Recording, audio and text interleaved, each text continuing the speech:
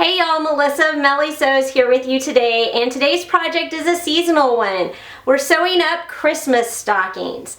I've got a free pattern for you to use this, and all the information is below. So go ahead and check out that link, grab your pattern, and then meet me back here at the camera to see how to sew this.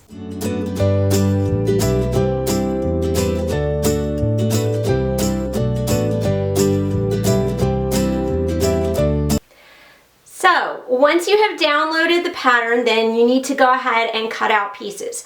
For this tutorial, I'm going to do the simplest version of the stocking, which means all I need are the two stocking pieces, the cuff and the loop. Now the stocking pieces, there's a pattern piece that you follow to cut these out. For the cuff and the loop, there are dimensions that tell you what size rectangles to cut out for these.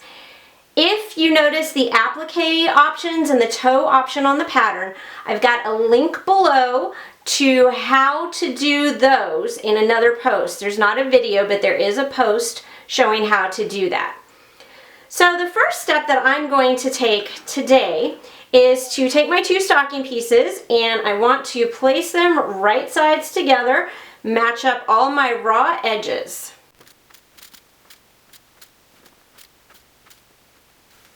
And then I want to take this over to the sewing machine and stitch all the way around the stocking edges. I'm going to be using a 1/2 inch seam allowance.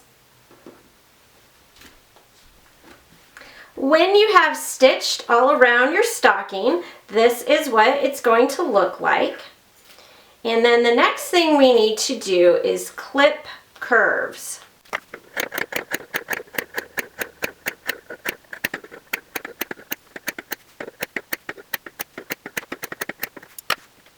Once you have those curves all clipped, you can turn your stocking right side out. And then I'm going to set this aside for a minute because we're going to work on the loop and the cuff. So to make the loop for hanging the stocking, I'm going to take my loop piece and I'm going to fold it so that the long edges match. And then I'm going to stitch using a 1/2 inch seam allowance. Once I've got the loop stitched, this is what it looks like. And I want to trim that seam allowance down to 1/4 inch.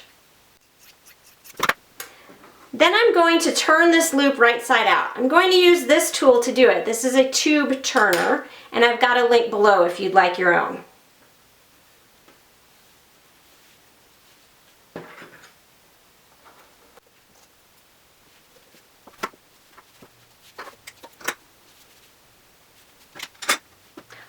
Alright, let's sew the cuff. So I want to take the cuff and I want to fold it in half, matching the long edges, just so that I can mark the center of the cuff. I'm just going to use a pin to do that. And then I want to take the loop, I want to fold it in half, and I want to put it in the cuff at that center mark. Then fold the cuff in half with the short edges matching, and you're going to stitch down that short edge. Here is my stitched cuff, and now what I want to do is I want to place the stocking inside the cuff so that they are right sides together. Make sure that the loop edge is aligned with the outside edge of the stocking.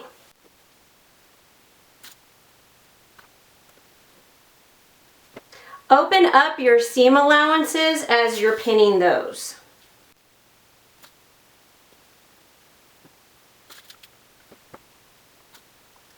And then you want to sew all the way around the top of the stocking. When stitching the cuff to the stocking, it can be helpful to keep the presser foot on the inside of the circle that you are sewing. Just like this.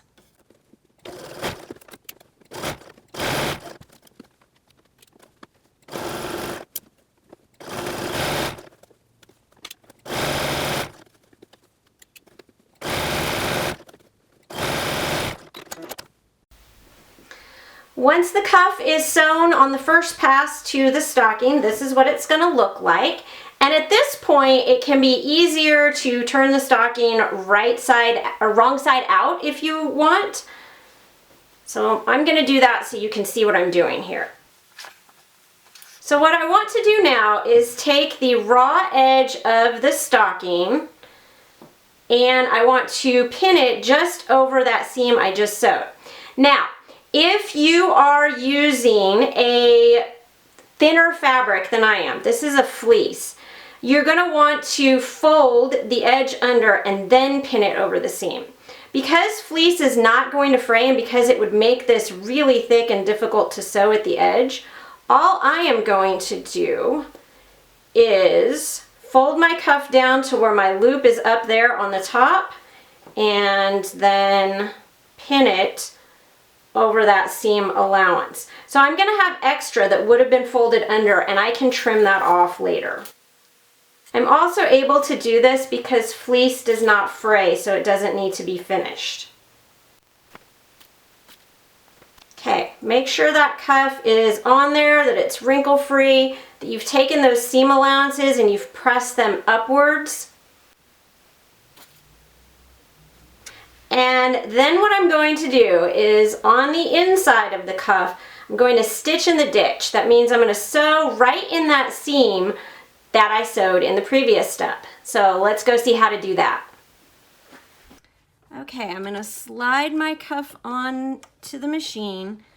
I want to get my needle positioned just right in between those two lines of fabric. So between my contrast and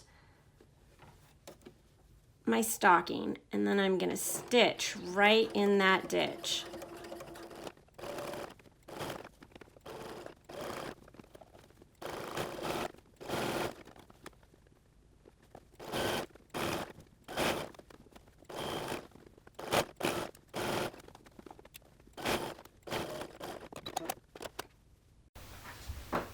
Okay, we are almost done here. So now what I want to do is trim off this excess on my stocking here so that I don't have so much of the fleece on the inside. And again, you won't have all this excess if you have folded the raw edge of the cuff under to finish the edge. Once I'm done with that, I'm just going to turn my stocking right side out so you can see it. And there we go, it's all finished.